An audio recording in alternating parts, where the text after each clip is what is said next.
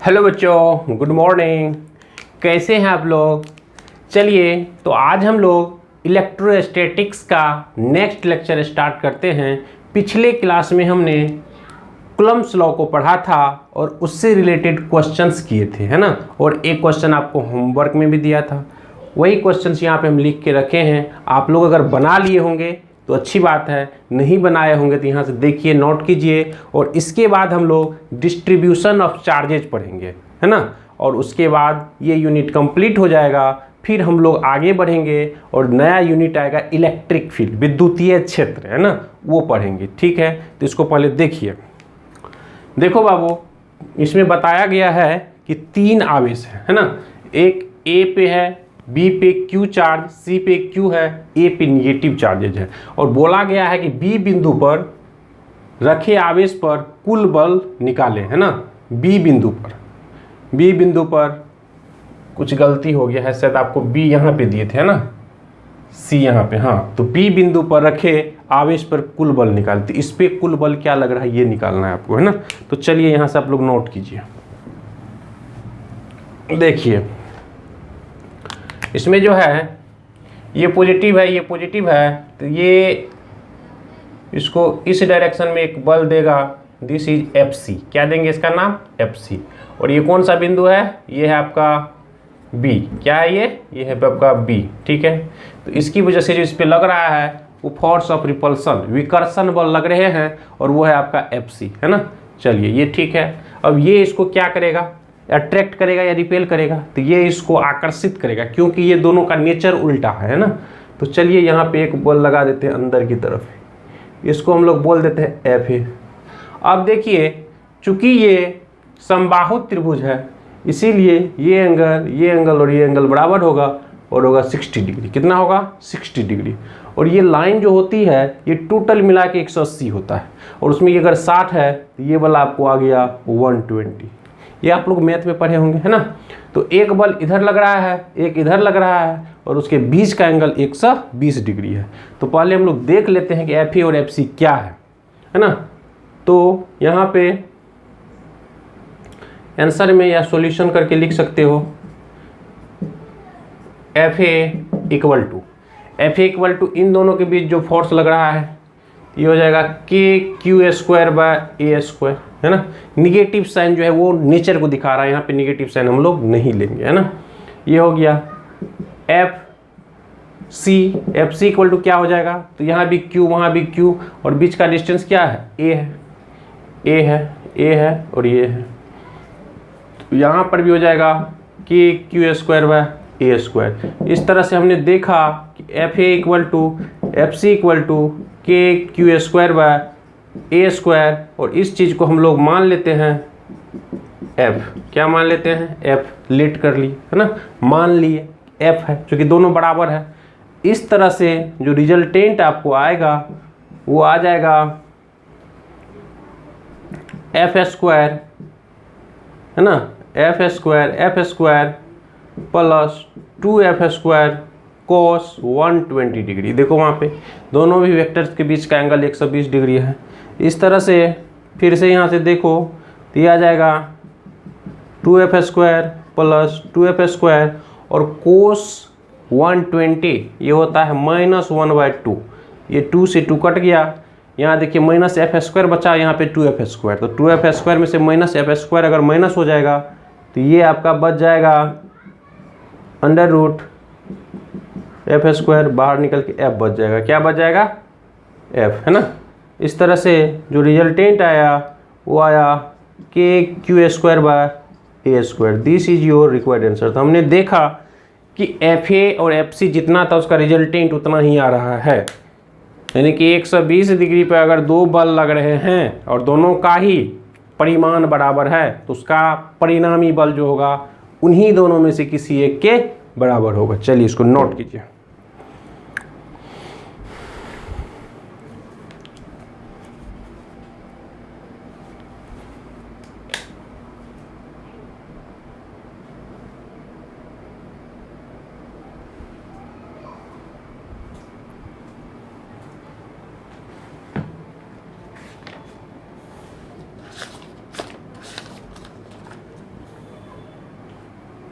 चलिए नेक्स्ट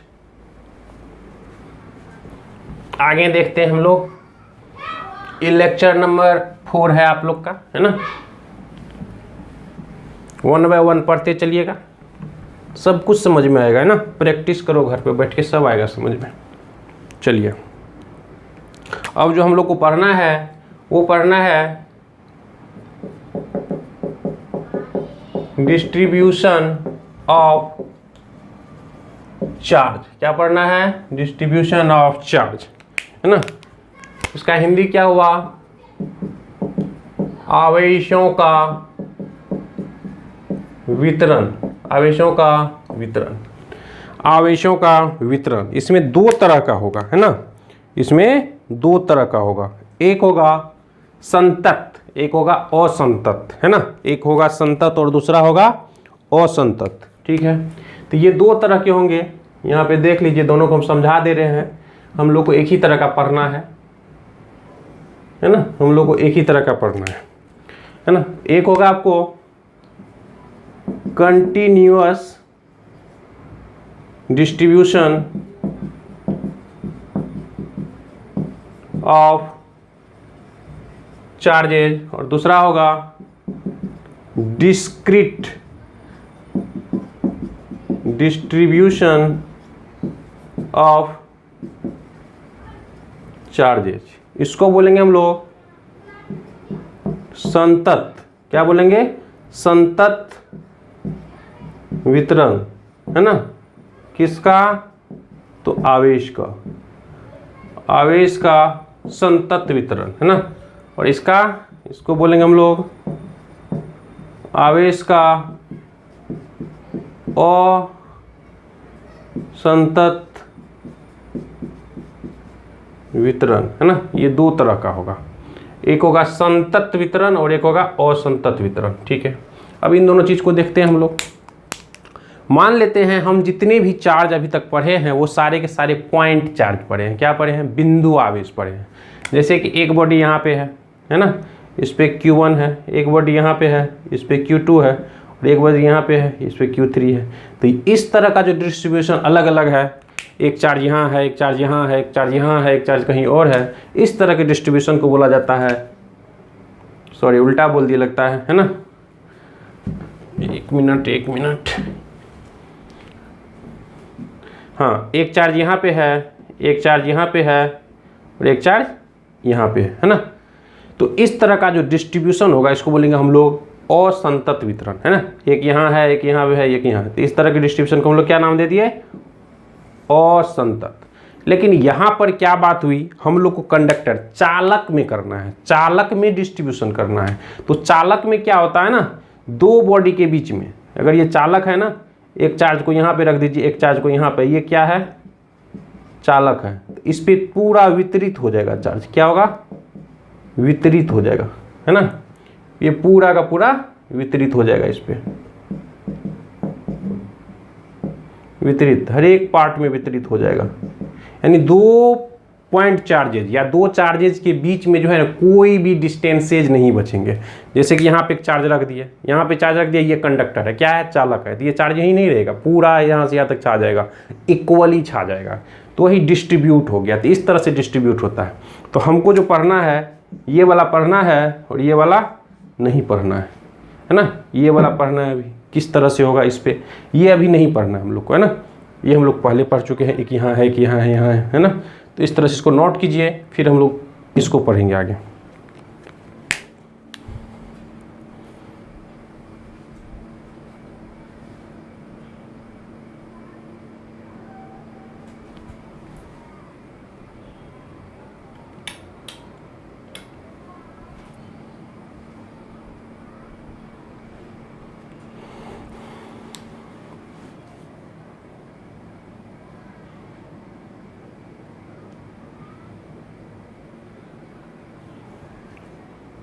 ठीक है, तो देखिए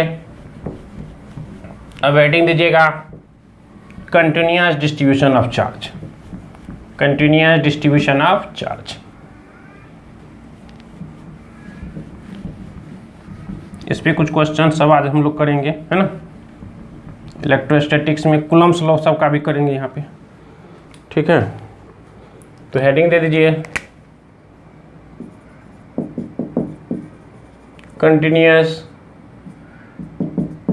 डिस्ट्रीब्यूशन ऑफ चार्ज, है ना, कंटिन्यूअस डिस्ट्रीब्यूशन ऑफ चार्ज, यानी कि संतत आवेशों का संतत वितरण, है ना। इसमें हम लोग लिखेंगे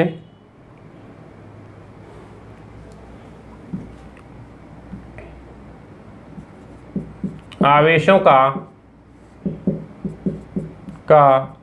किसी चालक पर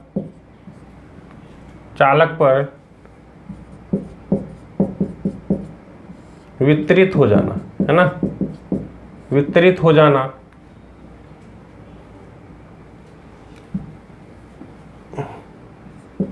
सतत, है ना, सतत या संतत वितरित हो जाना, आवेशों का किसी चालक पर संतत वितरित हो जाना, है ना।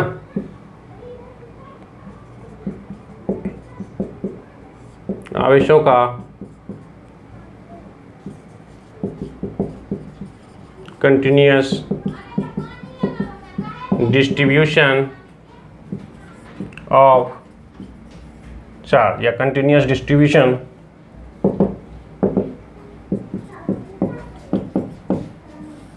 कहलाता है ना, डिस्ट्रीब्यूशन कहलाता है आवेशों का किसी चालक पर संतत वितरित हो जाना, है ना, संतत वितरित हो जाना आवेशों का कंटिन्यूअस डिस्ट्रीब्यूशन कहलाता है ना।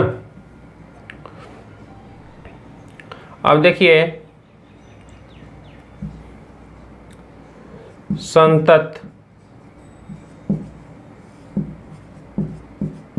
वितरण 3 प्रकार से हो सकते हैं, है ना, 3 प्रकार से हो सकते हैं। कैसे कैसे, तो देखो यहाँ पे सबसे पहला जो होगा वो होगा लीनियर चार्ज डेंसिटी, है ना, क्या होगा, लीनियर चार्ज डेंसिटी, इसको हिंदी में बोलेंगे हम लोग आवेश का रैखिक घनत्व, आवेश का रैखिक घनत्व, है ना। दूसरा है सरफेस चार्ज डेंसिटी, इसको बोलेंगे आवेश का पृष्ठीय घनत्व। और तीसरा है वॉल्यूम चार्ज डेंसिटी, इसको बोलेंगे आवेश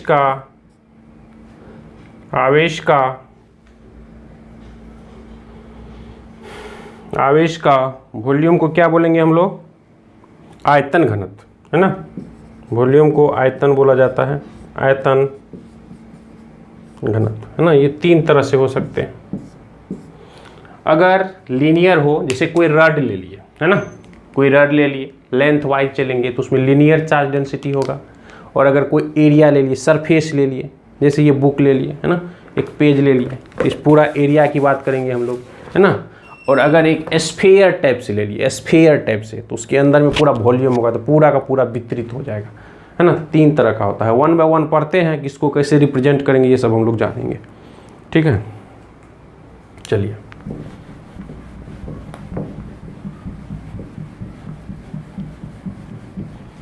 तो हेडिंग दे दीजिए लीनियर चार्ज डेंसिटी, है ना, आवेशों का रैखिक घनत्व, आवेशों का रैखिक घनत्व।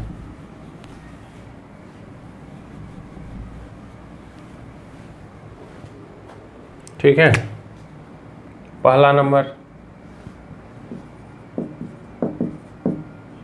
आवेश का रैखिक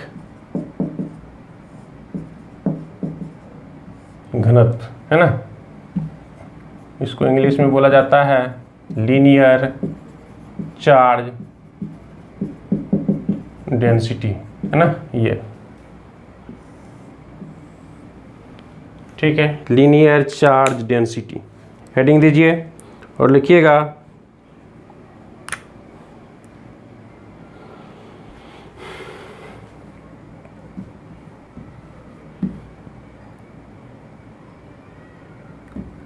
यदि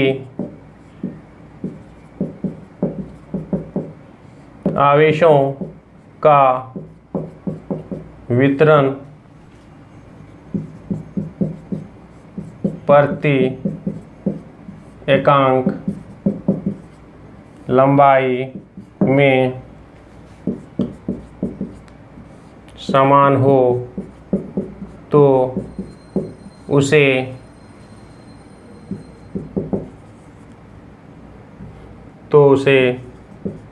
लीनियर चार्ज डेंसिटी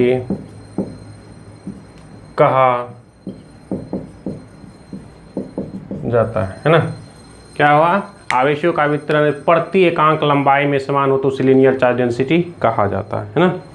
चलिए, जैसे कि एक रड है, इसकी लेंथ कितना है, L है, तो हर एक यूनिट में इसमें जैसे Q चार्ज दे दिए, Q चार्ज दे दिया,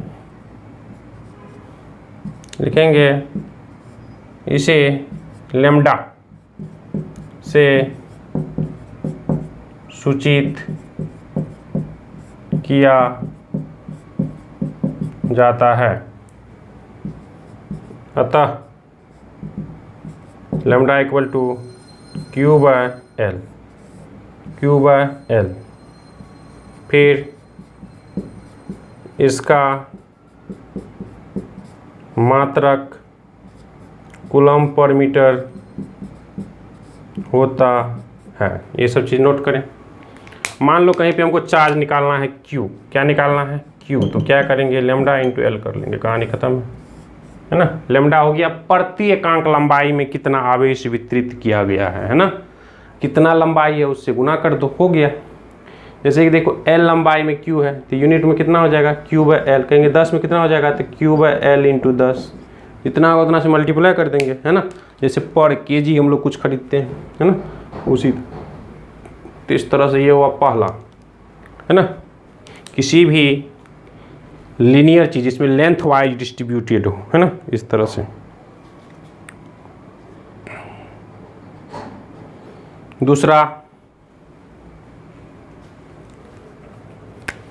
दूसरा नंबर है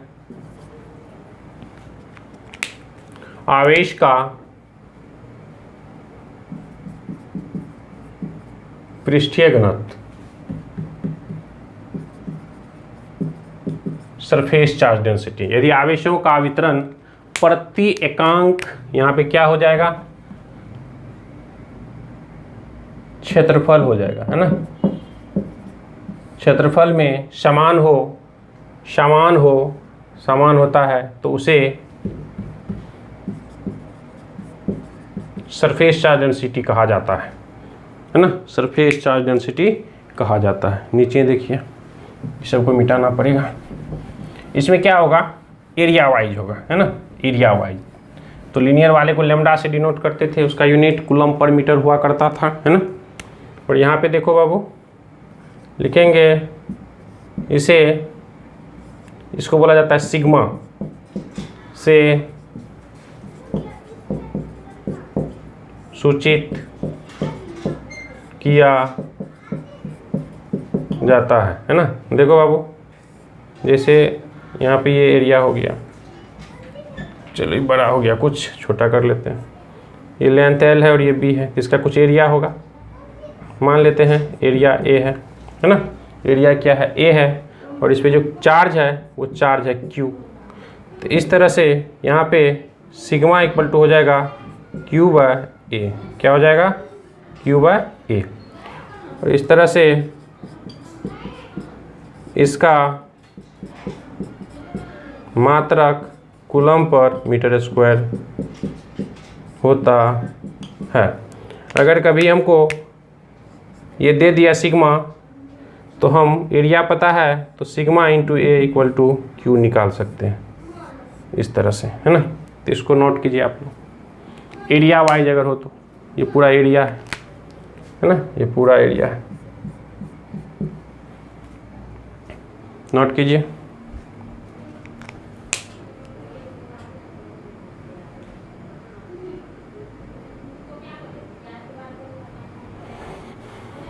तीसरा नोट हो गया होगा। तीसरा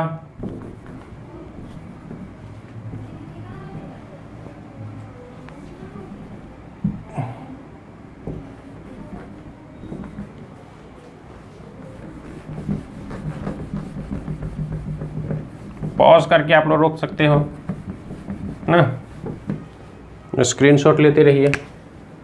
तीसरा आवेश का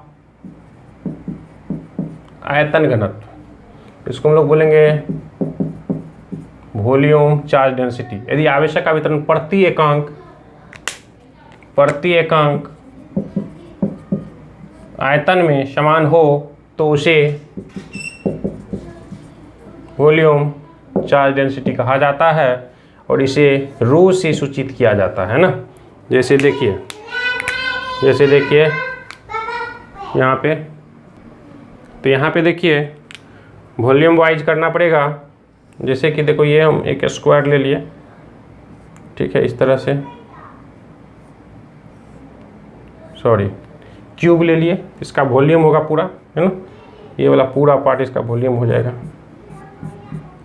इस तरह से, और इसका वॉल्यूम मान लेते हैं v है ना, और इस पे चार्ज दे दिए q, है ना।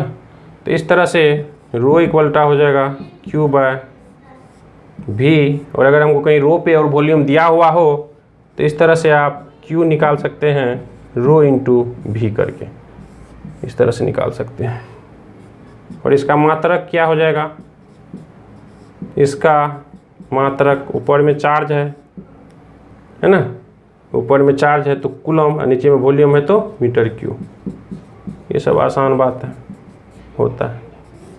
इस तरह से 3 तरह का डिस्ट्रीब्यूशन हम लोग पढ़े। अगर लेंथ वाइज होगा तो उसको बोलेंगे लीनियर चार्ज डेंसिटी, रैखिक, है ना, आवेश घनत्व। और अगर सरफेस वाइज हो तो पृष्ठीय घनत्व, और अगर वॉल्यूम वाइज हो तो आयतन का घनत्व, है ना। इस तरह से हम लोग पढ़ेंगे, नोट कीजिए यहाँ तक।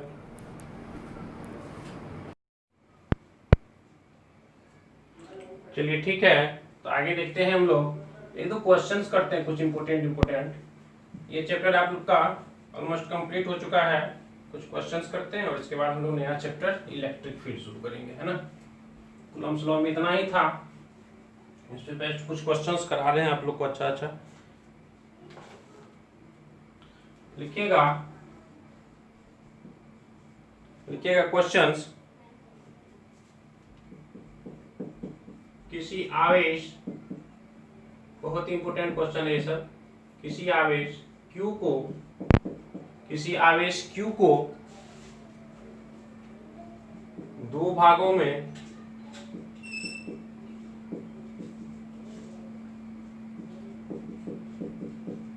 किस तरह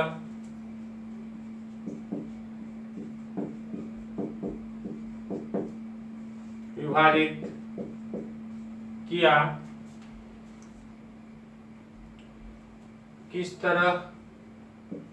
किस अनुपात, लिखो, किस अनुपात में विभाजित किया जाए कि उसके बीच लगने वाले बल का मान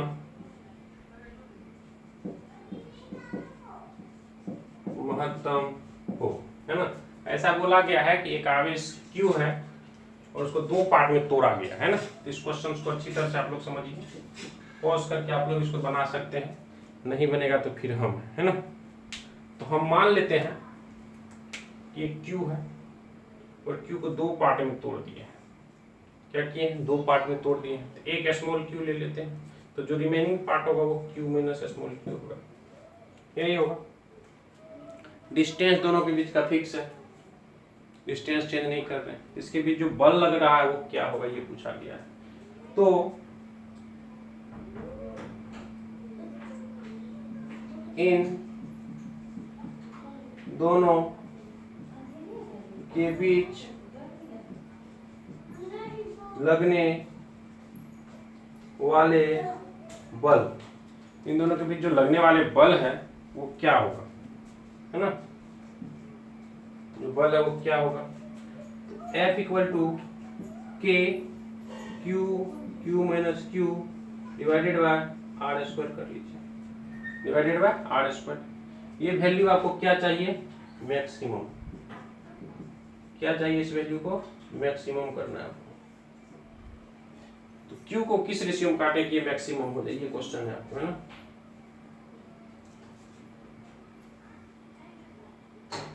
देखिए यहाँ पे मैक्सिमा मिनिमा आप लोग पढ़े होंगे, नहीं पढ़े हैं तो उस चीज को हम यहाँ समझा देते हैं बगल में। कोई भी फंक्शन हो, है ना, कोई भी फंक्शन है ना, dy बाई डी एक्स, अगर y को आपको मैक्सिमम करना है, ध्यान रखिएगा, तो dy by D X equal to 0 करना पड़ेगा, फिर से d2y by D x square करेंगे और यहाँ से जो वैल्यू आएगा उसको इसमें पुट करेंगे। अगर ये निगेटिव आ गया, क्या आ गया? निगेटिव आ गया, है ना, लेस देन 0, एक होता है ग्रेटर देन 0, एक होता है लेस देन 0। तो ये लेस देन 0 आ गया तो यहाँ पे ये मैक्सिमम हो जाएगा। क्या हो जाएगा? मैक्सिमम वैल्यू हो जाएगा। तो वही करना है। तो यहाँ पे क्या है वेरिएबल? तो वेरिएबल है आपका Q। क्या है? ये Q। इस तरह से यहाँ से देखते हैं H, इस तरह से यहाँ वो करना पड़ेगा df बाय dq या फिर d बाय dq, और यहाँ पे f की जगह आपकी जगह k q minus q divided by R square equal to 0। इसमें से कांस्टेंट है k बाय आर स्क्वायर, तो k बाय आर स्क्वायर को बाहर लीजिए, d q माइनस q, है ना, by D R square equal to 0 कीजिए। ये उधर जाएगा तो कट जाएगा, 0 हो जाएगा। यहाँ पे आपको ये बचा आपको q इंटू क्यू, यहाँ पे कैपिटल Q बच जाएगा, सॉरी नीचे में Q है ना, Q है, तो Q into Q 1 capital Q minus Q square है तो 2Q इक्वल टू 0। इस तरह से यहाँ से Q इक्वल टू आ गया आपको Q बाय 2, है ना, Q बाय 2, है ना। और फिर से जब इसको आप ये कीजिएगा, है ना, फिर से जब आप इसको डिफरेंशिएट करोगे ये माइनस में आ जाएगा, यही वैल्यू मैक्सिमम आएगा, है ना। इसको आप यहाँ देख भी सकते हो, समझ भी सकते हो। जैसे मान लो 6 कूलम का चार्ज, कितना है? 6 कूलम का चार्ज, ठीक है। इसको तोड़ना है दो बार, तो तोड़ दो 15, कितना आएगा? तो देखिए के आर स्क्वायर तो फिक्स है, क्यू इंटू क्यू देखना, जो ज्यादा आएगा वही होगा। तो 1 इंटू 5 कितना आया? 5, फिर 2 इंटू 4 कितना आया? 8, 3 इंटू 3 कितना आया? 9, फिर बढ़ेगा 4 इंटू 2 कितना आया? 8। तो इसमें देख रहे हैं कि ये वाला पार्ट जो है ना, यही मैक्सिमम दे रहा है। तो किसी भी चार्ज को अगर बोला जाए कि किस रेशियो में कितना कितना में डिवाइड करेंगे कि मैक्सिमम बल लगे उन दोनों के बीच में, तो आधा आधा, कितना? आधा आधा। याद रखिएगा, इस क्यू को जो है ना दो पार्ट में तोड़ना है, तो q/2 q/2, यही आपका फाइनल आंसर है। This is your final answer. Note कीजिए, बहुत अच्छा क्वेश्चन है। मैक्सिमा मिनिमा का कॉन्सेप्ट था इसमें, ठीक है। तो नेक्स्ट क्वेश्चन है 0.2 माइक्रोकूलम तथा 0.3 माइक्रोकूलम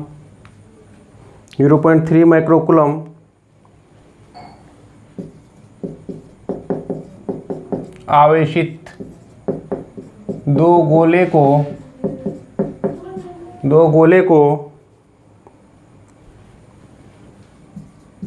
30 सेंटीमीटर की दूरी पर हवा में रखा गया है। हवा में दोनों को 30 सेंटीमीटर की दूरी पे रख दिए हैं।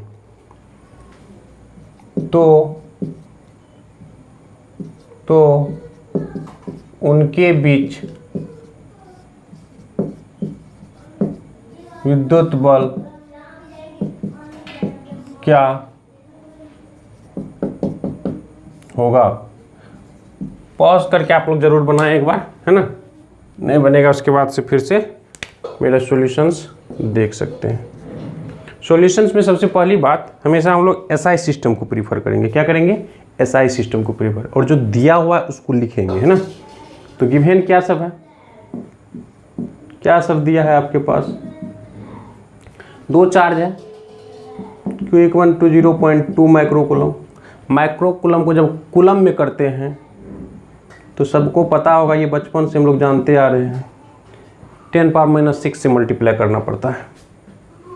और ये Q2 जो है ये 0.3 माइक्रोकूलम है, तो इसको 0.3 इंटू 10⁻⁻6 कूलम करना पड़ेगा। और दोनों के बीच की जो डिस्टेंस है R, ये है 30 सेंटीमीटर। इसको मीटर में कन्वर्ट करना पड़ेगा, तो 30 डिवाइडेड बाय 100, तो ये हो जाएगा 0.3 मीटर, है ना। अब उनके बीच जो बल लग रहा है उसको हम लोग बनाएंगे।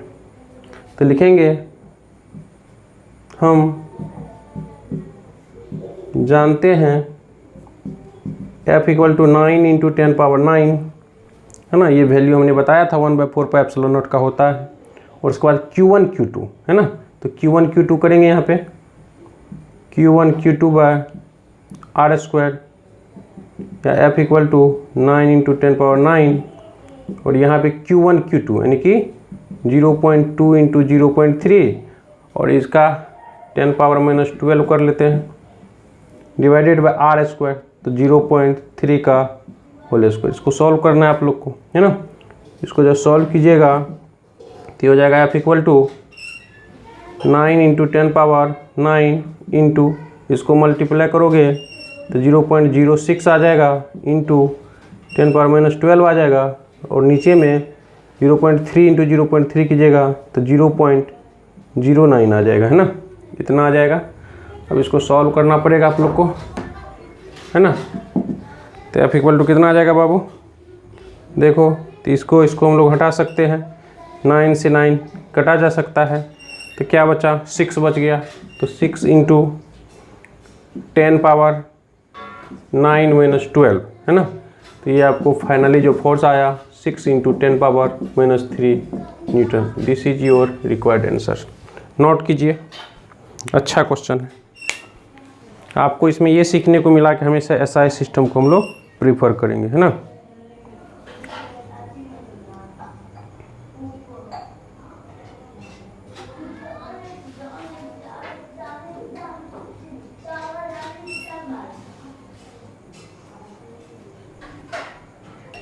नेक्स्ट क्वेश्चन,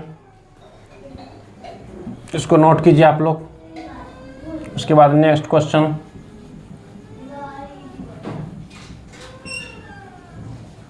नेक्स्ट क्वेश्चन है,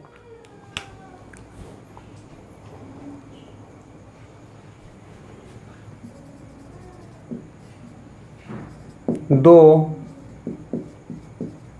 बिंदु आवेश, हमेशा पॉइंट चार्ज की ही बात करते हैं हम लोग।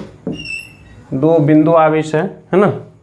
एक है 3 माइक्रोकूलम, है ना, 3 माइक्रोकूलम एंड -3 माइक्रोकूलम, तथा कर दीजिए हिंदी मीडियम के बच्चे वाले के लिए, तथा -3 माइक्रोकूलम, है ना,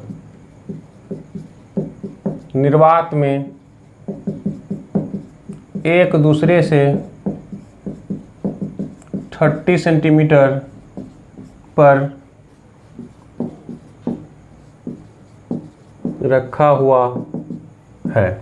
यहाँ तक है क्वेश्चंस। और इसके बाद है, यदि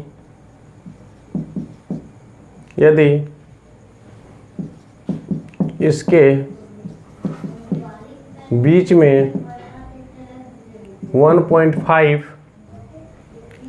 इसके बीच में 1.5 माइनस 1.5 माइक्रोकूलम के आवेश को रख दिया जाए तो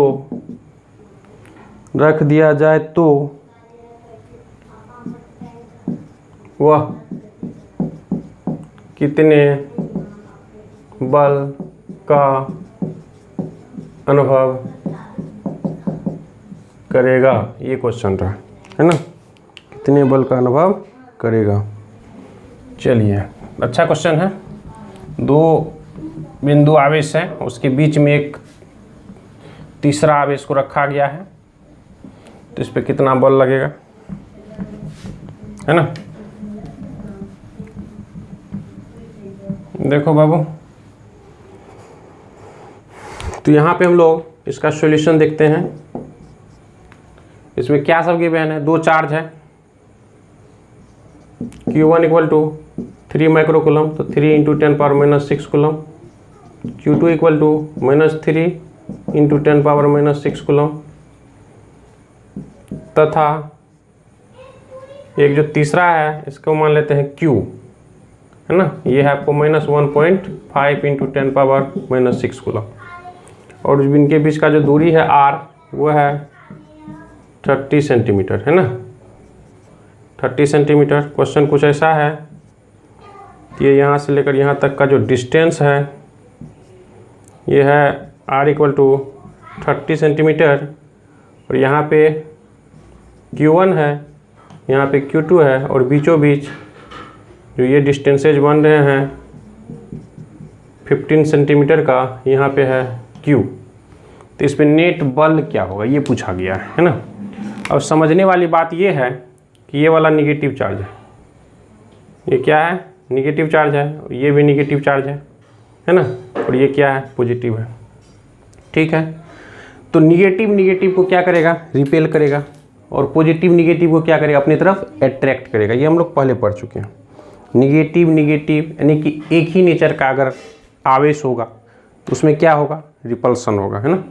तो देख लेते हैं, ये पॉजिटिव है, ये इसको क्या करेगा, अपनी तरफ खींचेगा। तो चलिए, ये F1 से खींचा, और ये क्या करेगा, ये रिपेल करेगा।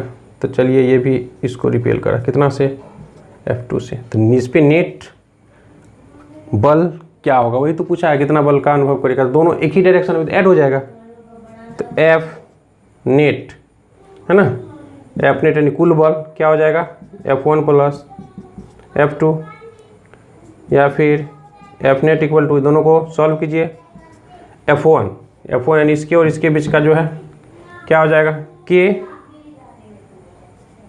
Q1 Q डिवाइडेड बाय 15 का होल स्क्वायर, प्लस इन दोनों के बीच का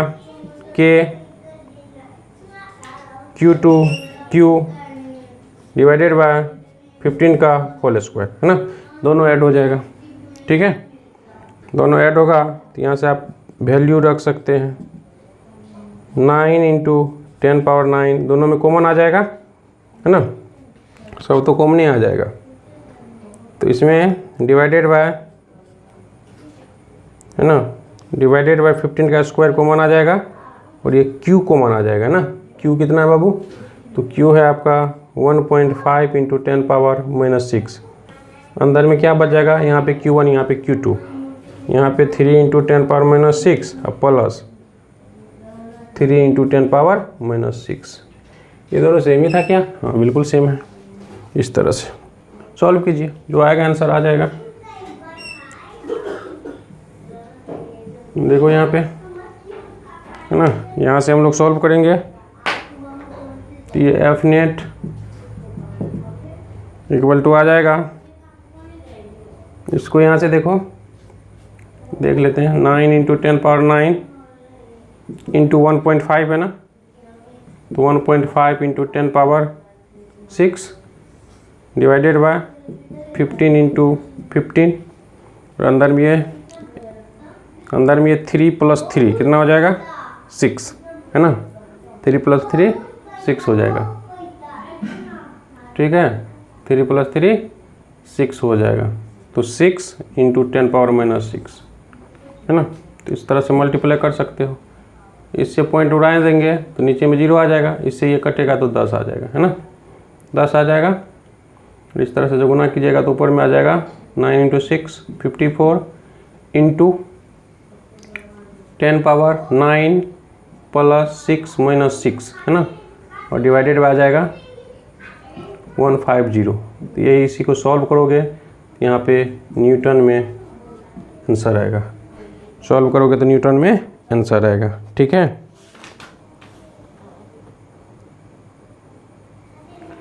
इसको सॉल्व करने के बाद आपको फाइनली आने वाला है 8.1 × 10⁻⁻3। तो ये आपका F net, this is your required answer. Note कीजिए, तो इस तरह से हम लोग निकाल सकते हैं, है ना। चलिए नोट कीजिए।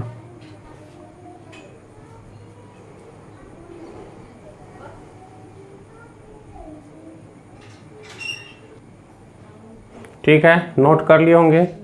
चलिए तो आज का लेक्चर यहीं कंप्लीट करते हैं। और सब क्वेश्चंस आप लोग एनसीईआरटी का इसी तरह के क्वेश्चंस मिलेंगे, उसको आप लोग कर सकते हैं, कोई बड़ी बात है नहीं, है ना।